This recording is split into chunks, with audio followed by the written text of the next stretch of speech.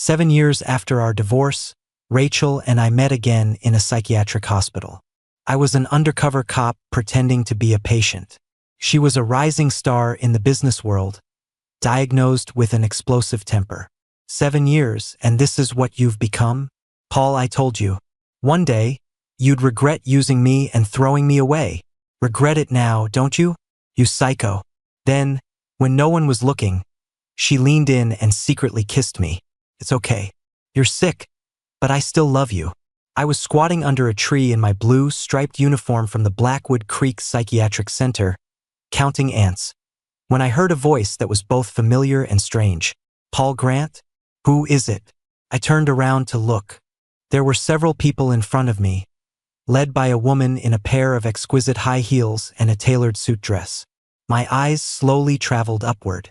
I saw her long, straight legs and the face that had stunned Westwood University, earning her the title of campus beauty for 4 years straight.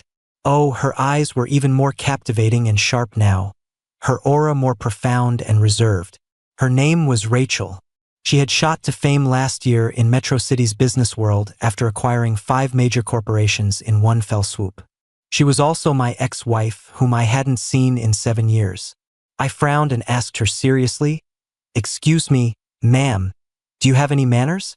You will address me as the Celestial Lord." "What?" she asked, one hand on her hip, her alluring and languid expression freezing for a second. But I ignored her completely, grabbed a handful of sand, and stuffed it right into my pocket. While Rachel's red lips were still parted in shock, I flicked my sleeve and turned to leave without so much as a goodbye.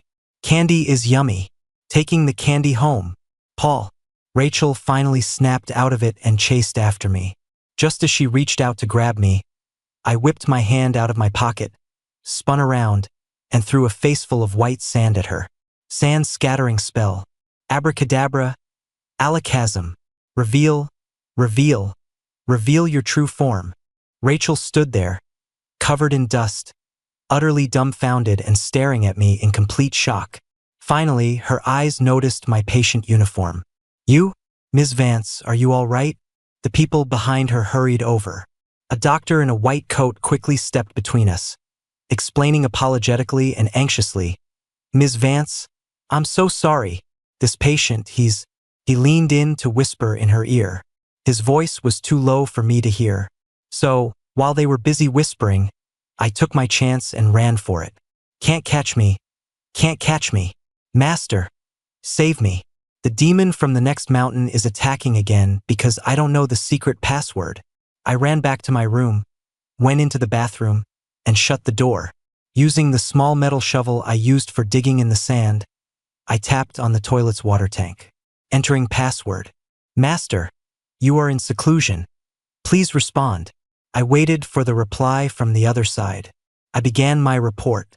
"The demon doesn't know the password, but she seems to know me. I think she's a greater demon I fought with in the past. Probably one from a few hundred years ago. Requesting an intercept." Phoenix's voice came back. "Paul, who are you talking about? A few years ago? Don't tell me it's your ex-wife?" "Yes, Master, it's that demon queen. Get her out of here." I continued tapping rhythmically on the tank. Morse code. I'm a damn good undercover cop. 7 years ago, I spent 3 years infiltrating a drug cartel, successfully cracking Metro City's largest drug trafficking case. 3 months ago, my superior assigned me to this psychiatric hospital to investigate the mysterious deaths of its patients. After lying low here for 3 months, I had almost uncovered the truth. I never expected my ex-wife to show up out of nowhere. But what was Rachel doing here? Suddenly, I heard the door to my room open, followed by approaching footsteps. "He's in there. What's he doing?" It was Rachel's voice. "He's a patient with delusionary psychosis. In his world, he seems to live in a cultivation universe. Based on our observations, his entire celestial sect consists of just him and his master, who is currently in seclusion. Anyone else who isn't careful is immediately suspected of being a demon from the next mountain over. If I had to guess, he's in there talking to his master, who is in seclusion in the toilet." I pricked up my ears, listening to the conversation outside. Rachel said something, but her voice was too soft for me to hear clearly. Then I heard her say, her voice firm and clear, "This is the one. Get me checked in." "Yes, Ms. Vance." "Rachel is sick?" "I'm faking it, but she's for real?" I was usually left undisturbed in the bathroom. The nurses knew that after I finished chatting with my master, I would come out on my own. Rachel had already left. I lay down on the bed and pulled the covers over my head. Normally, I would be going to sleep. If a nurse asked, I would tell them I was meditating to cultivate my power. But not now. Now I was wondering why Rachel was here. If she interfered with my mission, how was I supposed to handle it? Before I knew it, I had actually fallen asleep. White Lotus Lord, wake up. It's time for your celestial meal. Chloe, one of the nurses, gently shook my shoulder with a warm smile. I rubbed my eyes and obediently got up. After washing up and getting ready, I followed the nurse out. But I realized this wasn't the way to the cafeteria. "Hey, this isn't the way to my morning celestial meal." I stopped in my tracks. Chloe just smiled helplessly. "You noticed, huh?" I pointed at her, my expression wary and angry. "Demon, you're not a celestial servant from Lotus Peak. You're a demon from the next mountain over." "No, I really am your celestial servant, Chloe. It's just that you're eating in a different place today because we have a guest on the mountain." She stepped forward and took my hand with a beaming smile. I nodded. Not only did I follow her obediently, but I even started urging her on. "Let's go. We have a guest, so the celestial meal will be even better today. If we're late, the other celestial lords will eat everything." There were no other celestial lords. It was just me and my ex. The table was laden with a feast, and everything was a dish I loved. Your favorite sweet and sour pork ribs. Rachel placed a piece on my plate. I looked at her, then used my chopsticks to spear a meatball. I took a huge bite and mumbled through a full mouth, "I love meatballs the most." Rachel chuckled and shook her head. "No, you don't. Your favorite is sweet and sour pork ribs." "I love meatballs. I've changed now. What the hell do you want?" "I don't want anything to do with you." But under the circumstances, I had to maintain my character. The mission could not fail on my watch, and it certainly couldn't fail because of Rachel. "Finish eating before you talk," Rachel said, putting another piece of pork on my plate. But I refused to eat it. I even put the pork rib she gave me back on her plate. "Don't serve me food. I don't know you, and I don't want to play with you. Ich lerne hier. Stay away from me. I can wrap this case up in the next 2 days. All I can say is, Rachel's timing was a real son of a bitch. You'll get to know me eventually," she said, her beautiful eyes deep and mysterious. "Actually, you're the Demon Queen, also known as the Old Demon of Black Mountain." I blurted out. She looked at me with a complicated expression, raised an eyebrow, and asked tentatively, "Then are you my lover boy?" "Wrong," I retorted, a little angry. "I'm not some weak-willed mortal. I am the aloof, noble, and handsome White Lotus Lord." Rachel was silent for a moment, then asked, "And what is our relationship?" 700 years ago, I was engaged to you when you were still a mortal. But my sect fell into peril, and my master summoned me back. I had no choice but to abandon you. Later, you were consumed by your inner demons and became the Demon Queen of the next mountain, and you've been coming to pick fights with me ever since." Rachel stared at me and sneered. "You just said you didn't know me." My face flushed. I was too embarrassed to admit it. "You can be embarrassed? Why can't I be embarrassed? Am I really that shameless?" After the meal, as I was about to leave, I turned to Rachel and said, "Even though I ate your celestial food, I'm still not going to be friends with you."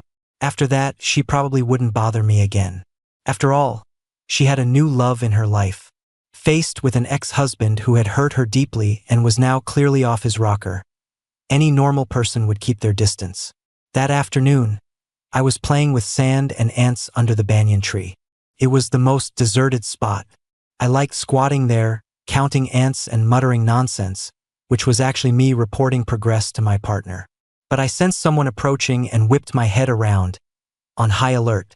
The woman walking toward me was wearing a simple black suit and a white blouse, her figure slender and impossibly beautiful. That's right, it was my pain in the ass ex-wife again.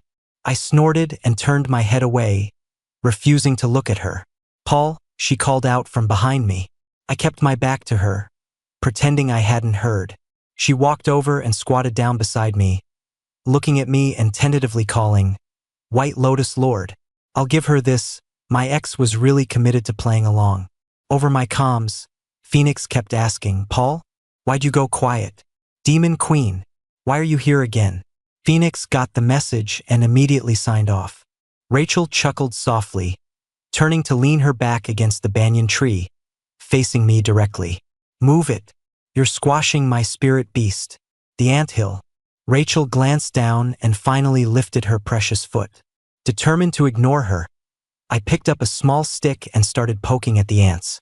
I hoped she would get bored with this dull and uninteresting mental patient and leave. But not only did she stay, she adopted a pose that suggested she wanted to have a deep and meaningful conversation with me. "Paul, do you have any idea how I've spent the last few years without you?" I kept my head down. "I spent every single day hating you." I stayed silent. I wanted to rip your heart out to see how it could have just changed like that. I kept playing. "I even thought I have to become incredibly successful, and I hope you end up miserable. Do you know why I came back to Metro City?" I looked up at her. "Yeah, why did she come back? Didn't she say she would never return to the city where I lived?" Rachel was looking at me too. Our eyes met. After a long moment, she sneered, "I wanted to stand at the top of Metro City's pyramid and watch you drown in regret." "Oh," I finally responded. Her beautiful, seductive eyes narrowed slightly. "Did you understand that?" Just as she hoped, I shook my head. "Of course I didn't. My name isn't Paul. I'm the White Lotus Lord." "You idiot." Rachel's beautiful face turned livid. But then, probably remembering my current state, she quickly let it go. Her eyes even held a trace of regret. "I can't find any record of what you've been through these past years to end up like this. But I think if we hadn't separated back then, neither of us would be here, would we?" I narrowed my eyes imperceptibly. It was just for a second. Then I went back to counting ants as if nothing had happened. My being in a psychiatric hospital had absolutely nothing to do with our breakup. But from what Rachel was saying, her being here had everything to do with it. Some people get over a breakup in 33 days. It's been 7 years for you. Is your emotional reflex arc really that long? I couldn't help but glance at her again. Something wasn't right. Given her current status and how she looked, she didn't seem like someone who had lost her mind. Why was she really here? And why was it serious enough to require hospitalization? As I was pondering this, Rachel suddenly reached out and placed a hand on my head. "You know that look you give a poor, lovable idiot?" That's exactly how she was looking at me right now. Since I couldn't figure her out, I chose to remain silent, my expression deliberately wooden. The inner world of a mental patient is, by definition, different from a normal person's. So even if I didn't speak, just stared at her like she was the crazy one, she would only think that I was the crazy one. And yet, seeing you so miserable, I'm not as happy as I thought I'd be. Her eyes held the same look they had years ago, when she loved me most. I sighed softly. So she was just a tough on the outside CEO after all. Last year, the rumors were all about how decisive, ruthless, and iron-fisted the great Ms. Vance was. I had thought that after all this time she had truly changed. But now it felt like she was still the same kind, bright girl she used to be. Well, not entirely. At least our relationship had changed. We could never go back to the beginning. Anyone who read the business pages knew that the powerhouse CEO Rachel Vance, who had graced so many covers, had a darling she doted on. She even wore a sparkling black diamond wedding ring on her finger. I remembered when we got our marriage license our senior year of college. All we could afford were plain silver bands. She said that when she got rich, she would buy me a nice watch. And she loved black diamonds, she wanted a black diamond wedding ring. Someone else had helped her fulfill that promise. I looked down, thinking, and finally, I had to admit it. Damn it, my heart still ached. Rachel suddenly laughed. I couldn't help but ask, "What the hell are you laughing at?" she said, at you. 7 years, and this is what you've become? Paul, I told you. One day, you'd regret using me and throwing me away. I scoffed silently. Don't get too cocky, Ms. Vance. In a couple of days, you'll be staring in shock and respectfully calling me Captain Grant. For now, faced with my ex-wife's insults, I could only endure. But Rachel bent down, leaning in close. Regret it now, don't you? You psycho, she taunted. Then, when no one was looking, she leaned in and secretly kissed me. It's okay. You're sick, but I still love you. Getting smacked down and then given a piece of candy left me reeling. The kiss was completely unexpected. And just as unexpectedly, I gave her a hard slap across the face. Kiss me? Rachel, what gives you the right? Rachel held her cheek, looking at me with a mixture of shock and confusion. Why did you hit me? I shot back. Why did you kiss me? Rachel's eyes darkened, and then she let out a laugh born of anger. Paul, what terrible karma did I rack up in a past life to have fallen in love with you? And what terrible karma did I rack up to have a married woman still hung up on me? But I don't love you. I shot up, throwing the little stick I was playing with to the ground. Demon Queen, you listen to me. I forgot about our stupid history from 700 years ago. I walk the path of heartless cultivation, so please have some self-respect and stay away from me. A few years apart and you've learned to be a two-timer? You cheater. I figured that after that, the cheating Rachel wouldn't have the nerve to bother me again. But her face was apparently made of Kevlar. I had just gotten out of the shower when she showed up at my door with a nurse and a security guard. The doors to the patient's rooms here have fake locks. No matter how you lock it from the inside, it can always be opened from the outside. But that doesn't account for brute force. I pushed the bed, table, and chairs against the door to block it. Ms. Vance, he won't open the door. Break it down. She even tried to help. I ran into the bathroom, tore the mop head off its handle, tied the toilet brush to the pole, and stuck it out the window, poking at her again and again. Shameless demon. I told you I don't want to play with you. Why do you keep coming after me? You're shameless, shameless. I poked, she blocked. I poked again, she dodged. Finally, she grabbed my toilet brush and snatched the whole mop handle away. Demon, give me back my magic weapon. I howled. At all times, you must stay in character. This was really getting tough. Rachel started kicking the door furiously. I had a feeling this woman had some serious rage issues.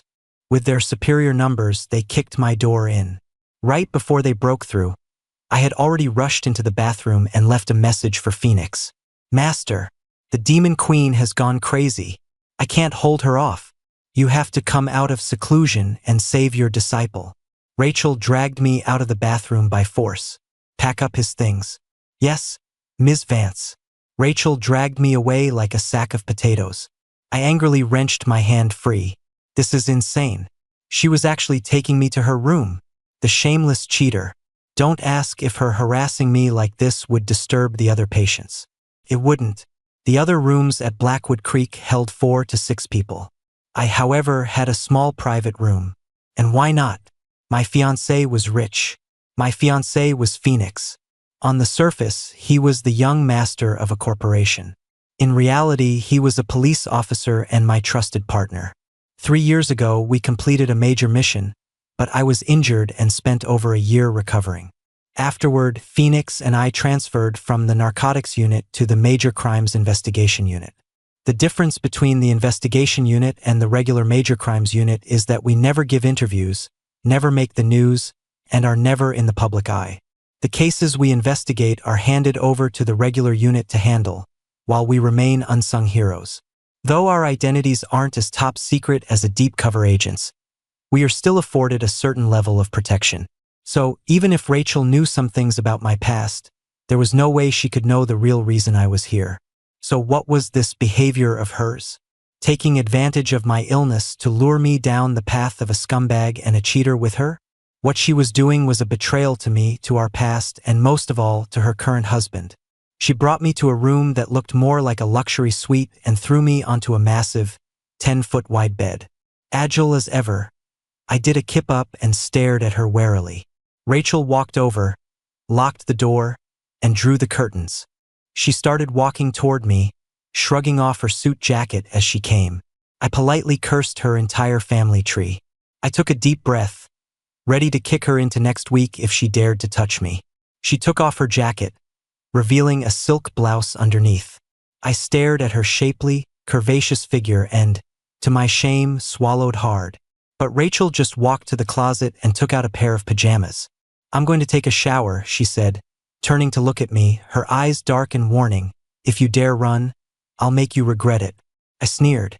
"Don't run? And let her have her way with me?" The bathroom door closed. I waited 2 minutes, guessing she would be fully undressed by then. I jumped off the bed and dashed for the door. Locked. "Rachel!" I charged toward the bathroom and kicked the door hard. With one loud crack, the bathroom door flew open. A beautiful woman showering was the sight that greeted my eyes. "Shit, you didn't lock the door." I quickly covered my face and ran. From the bathroom came the sound of a woman's wild, unrestrained laughter. I raised my hands and poked myself in the eyes. I might have to get rid of these eyes. What was worse, my mind involuntarily replayed the scene, and my heart shamelessly started pounding. I admit I am guilty, but Rachel is even more so. If her husband ever found out about this, he would surely curse in anger and pain. "You two scumbags, you'll both rot in hell." Thankfully, after tonight, Rachel and I would return to our separate worlds. 7 years ago, the moment I decided to dedicate myself to my country and my career, our paths had already diverged. Phoenix once asked me if my heart didn't ache. I said, of course it does. But I couldn't bear the thought of her living in constant fear with me. A man like me, who walks through a hail of bullets, is not destined to walk in the light. Rachel came out of the shower wearing a set of white short pajamas. She sat down at the desk, opened her laptop, and started working with a blank expression. I sat on the bed watching her, not saying a word. We both tacitly avoided mentioning the awkward moment in the bathroom. The warm light cast a glow on the beautiful profile of her face. Even the lines of her silhouette were captivating. How long had it been since I had seen Rachel? I mean, in person. 7 years? No. During that major case, I took a bullet to the abdomen and broke 2 ribs. After I recovered, Phoenix generously used his family's private jet to take me abroad. Yes, specifically to find Rachel. After I was shot, I thought I was going to die.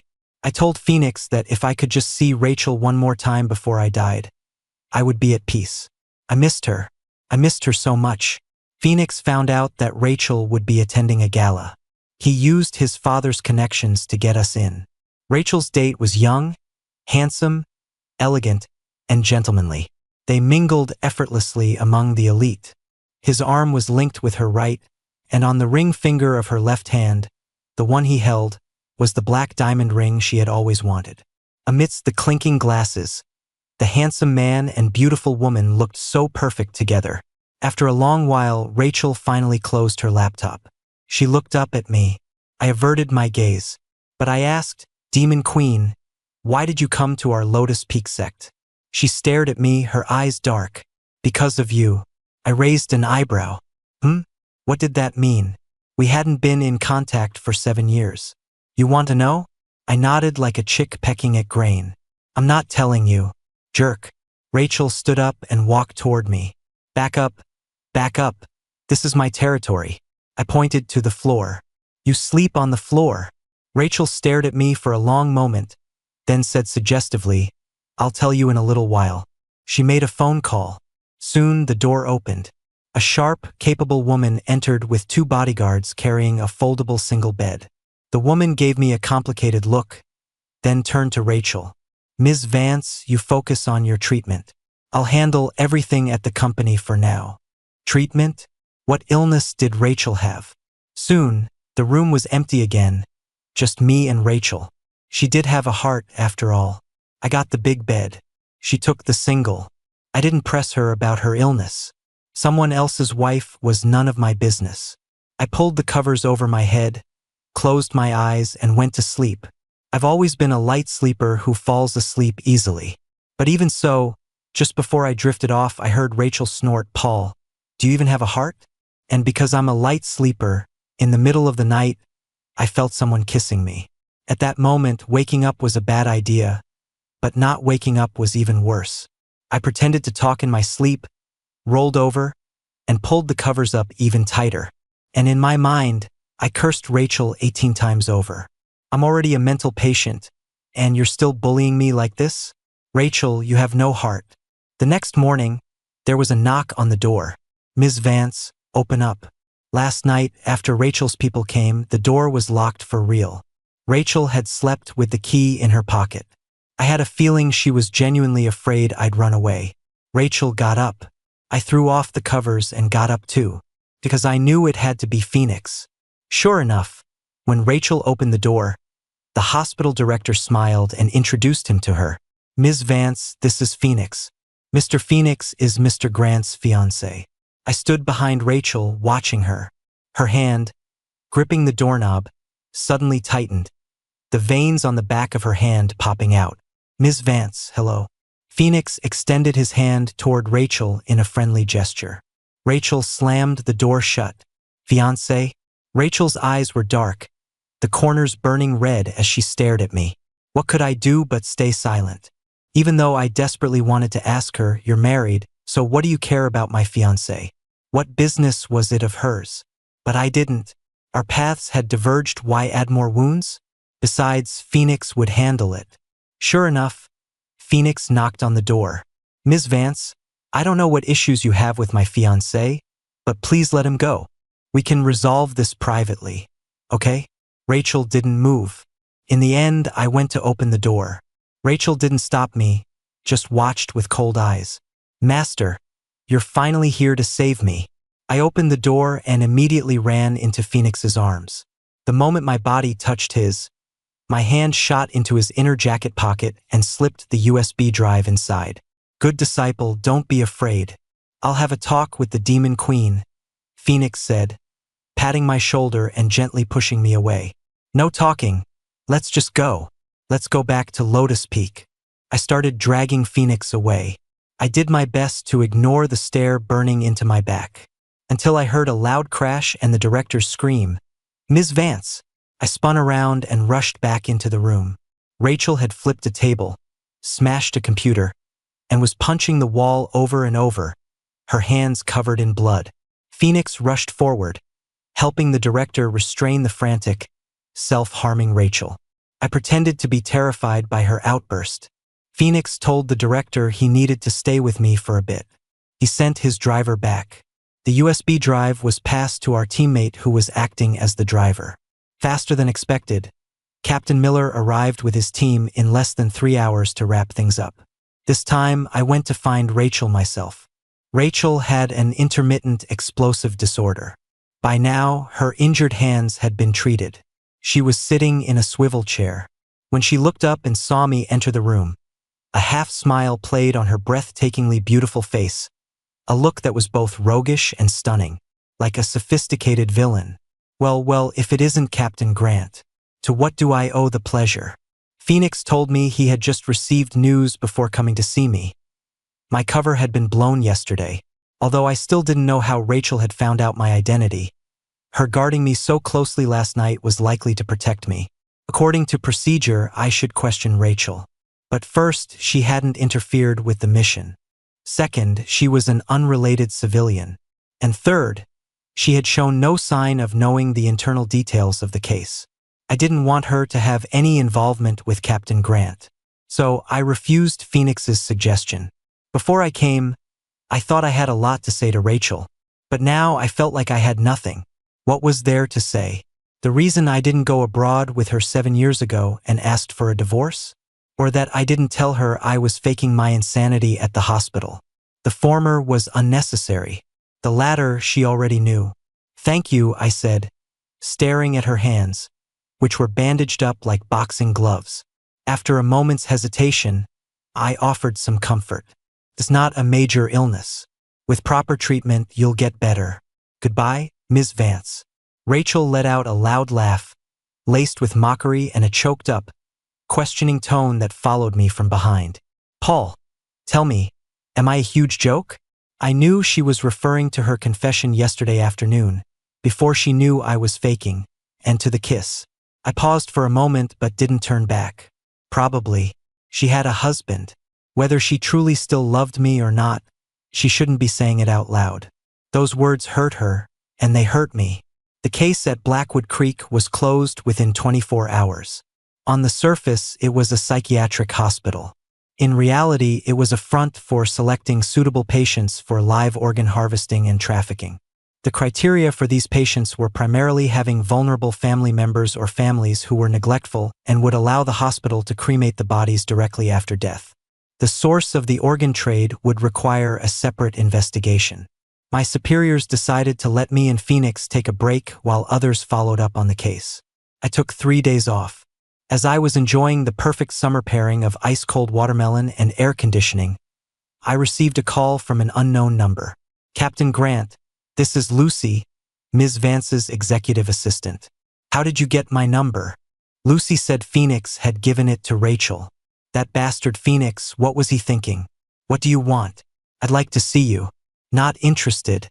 I hung up, but Lucy called back immediately, speaking quickly. "Please don't hang up. Ms. Vance asked me to give you something.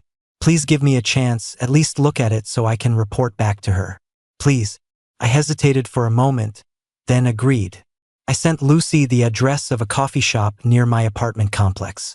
Half an hour later, I left my apartment. About 10 minutes after that, Lucy arrived. She didn't waste any time and handed me an exquisite box. Just looking at the box, you could tell it was expensive. "What's this for?" Lucy said, "Ms. Vance has decided to go abroad for treatment. She'll also be shifting the company's focus in the future and probably won't be coming back to Metro City." "Oh, good for her," I said coolly. Lucy opened the box. Inside was a fine designer watch. "Ms. Vance said this is a wedding gift for you." I stared at the watch and sneered. What was this? Fulfilling an old wish? Anything else? If not, I'm leaving. I stood up to go. "Captain Grant, do you know the cause of Ms. Vance's explosive disorder? It's related to you. I have to say, a CEO's assistant is a master of words." With just 2 sentences, she successfully got me to sit back down. "Go on." 7 years ago, after your divorce, she fell ill. Lucy explained that at first, Rachel just couldn't suppress the pain of the breakup and suffered from insomnia every night. Then she started taking sleeping pills. The pills worked. But then she started having nightmares every night, dreams of me abandoning her, coldly demanding a divorce. She was in agony, in her dreams and when she was awake. It was a cycle of endless torture. To cope, Rachel threw herself into her studies and work. That's why, by the time she graduated with her master's degree abroad, her company was already on the right track. Looked at that way, being a workaholic has its benefits, doesn't it? Until Rachel started self-harming. The doctor's diagnosis was severe intermittent explosive disorder with major depression. Lucy adjusted her glasses and looked at me, her tone gentle. "Captain Grant, I'm telling you this on my own initiative." I remained silent. Even the doctor said that Ms. Vance's illness is a sickness of the heart. And a sickness of the heart requires a medicine for the heart. I'm taking a bold guess here, but when you divorced Ms. Vance, it wasn't because you had fallen out of love as she believes, was it? I hope you can tell her the truth. It might be very beneficial for her recovery. I remembered that night in the hospital when Rachel said, "Because of you." So it was true. What's the point? She's already married. Why can't she let go of the past? It was my knife that had stabbed her, so I guess I should be the one to provide the cure. Swallowing the lump in my throat, I said, "I can explain things to Rachel, but I hope her husband is aware of the situation and understands." "Wait, husband? What husband?" "Rachel's." Lucy looked shocked. "Are you saying Ms. Vance is married? What else?" "Captain Grant, are you misunderstanding something? Ms. Vance has been single ever since your divorce." Then, as if she had figured it out, Lucy couldn't help but smile. "You must have seen the ring on her finger and gotten the wrong idea, right?" "Yes." I waited for Lucy to explain, but she glanced at her watch and said, "It's 3:21 p.m. right now. Ms. Vance's flight is at 6:16 p.m. Then why didn't you say so sooner?" I shot up, pushed back my chair, and bolted out the door. But right at the entrance of the coffee shop, I ran into Rachel, who had just gotten out of a car. She was dressed in an elegant suit, looking beautiful with a suitcase in her hand. The afternoon sun was dazzlingly bright, but she outshone it. "Hey, handsome, looking for a roommate?" she said as she walked closer, a smile playing on her lips. I smiled back, stuffed my hands in my pockets, and said coolly, "I am. But I'm only looking for someone who can cook and do housework." Rachel replied, "What a coincidence. I'm a perfect fit." Phoenix was leaning against a car nearby, smiling at me. "I intercepted her at the airport for you. This time, don't make a decision you'll regret." 3 years ago, at that gala, Phoenix had asked me if I regretted it. I smiled and nodded. If I could go back in time, I would ask Rachel if I had to dedicate myself to this career, would she be willing to stand by me through thick and thin? Too bad she belongs to someone else now. Before leaving, Phoenix called out, "Rachel, don't forget my matchmaker's gift. Make it a big one." Rachel's story. I used to be very envious of people who could be casual with love, because being devoted can kill you. 3 months ago, Paul and I joyfully got our marriage license. 3 months later, we were back at the city hall, each holding a divorce certificate. But how could I bear it? I regretted it. I regretted not begging him. I didn't want my high and mighty dignity anymore. If I could get him to change his mind, I would grovel, I would get on my knees and beg. I would do anything. I wouldn't even insist on our plan to go abroad together. If he wanted to be a cop, I wouldn't stop him. To love him is to love all of him. Besides, that was his calling. I turned and ran after him.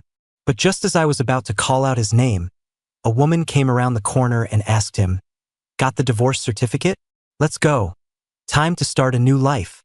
He nodded and got into her stylish sports car. "Paul, Paul," I shouted. The wind must have been too loud. He didn't hear me, so he never looked back. I ran after the car. On that overcast afternoon, it soon began to rain. Turns out rainwater is salty. Salty like tears. Meeting Paul again at the psychiatric hospital was a complete accident. And a shocking one at that. We hadn't seen each other in 7 years. I was covered in scars that wouldn't heal. He had lost his mind and was having the time of his life. It wasn't fair. I went to the director to get Paul's hospital records. I just wanted to know how he got sick. But when I saw the word divorced on his file, I couldn't lie to myself. Yes, my heart leaped. Look at you. 7 years and you ended up this pathetic? Paul, I told you. One day, you'd regret using me and throwing me away. Regret it now, don't you? You psycho. I leaned in and pressed a kiss to his thin, beautiful lips. It's okay. You're sick, but I still love you. I spent 7 years trying to decide whether to hate Paul. I decided to keep loving him in just 7 seconds. That evening, I was talking with the director, and he was thrilled, because I was going to donate $50 million to Blackwood Creek Psychiatric Center. He had to use the restroom, so he excused himself.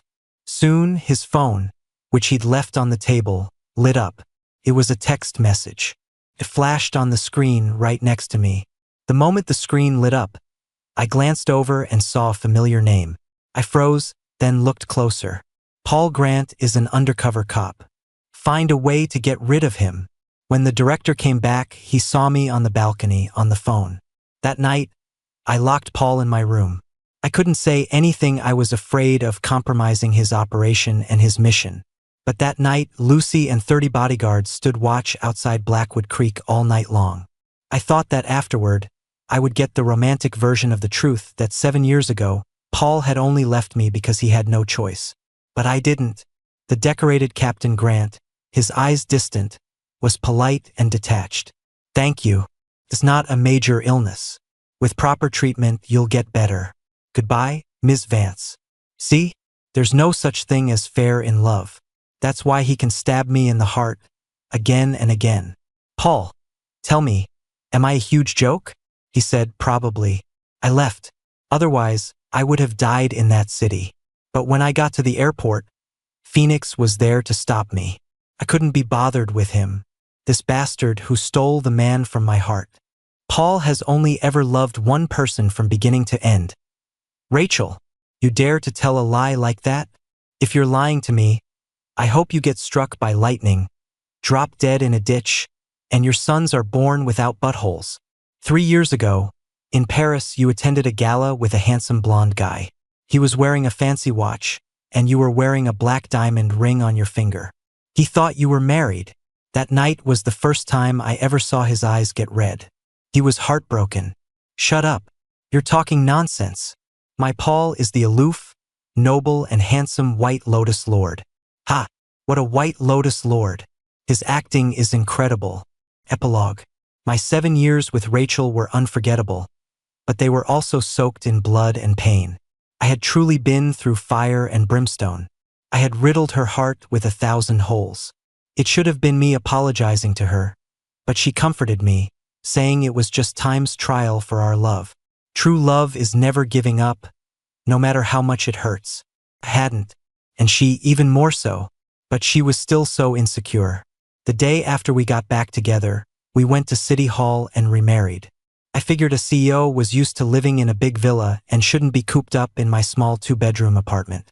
But she refused to leave. She insisted we live together in my little place. She said, "You can run, but you can't hide." She said she was scared of waking up one morning to find it was all just a dream. That day, I cupped her face and kissed her sexy, incredibly kissable red lips. I kissed her until her lips were swollen. I asked her, "Does it hurt?" She smiled without a word and fiercely tackled me onto the sofa. Our eyes met. I was looking at a beast that had been starving for 7 years. 6 months later, Rachel's explosive disorder was cured. We held our wedding. I just had to be a handsome groom. Rachel handled everything else. Her parents had both remarried, so they weren't very close to her. Although they were invited and came to the wedding, they were polite but distant with me and Rachel. My family, on the other hand, was overly affectionate with her. At the wedding, it was the first time my mom met Rachel. She held her hand and said with a pained expression, "This poor child has suffered so much. Paul is such a scoundrel. I don't know how he managed to trick such a beautiful and devoted girl in the first place, only to cruelly abandon her. Rachel, if he ever bullies you again, you just tell me. I'll personally deal with that brat." "Yep, that's my mom." Rachel held my hand. "Thanks, Mom, but that's okay. If he bullies me again, I'll deal with him myself." 2 months after the wedding, Rachel got pregnant. The first person she told was Phoenix. Why? Phoenix wanna be a godfather? At the time, Phoenix didn't get it and thought she was joking. He was stunned for a second, then shot back, "Godfather my ass. I'm not that kind of guy. A real godfather. My celestial lord is going to be a dad. We're having a baby. Yes, that's my brother. I have to be the godfather." Rachel added, "Then remember to prepare a gift. A big one. Are you obsessed with money?"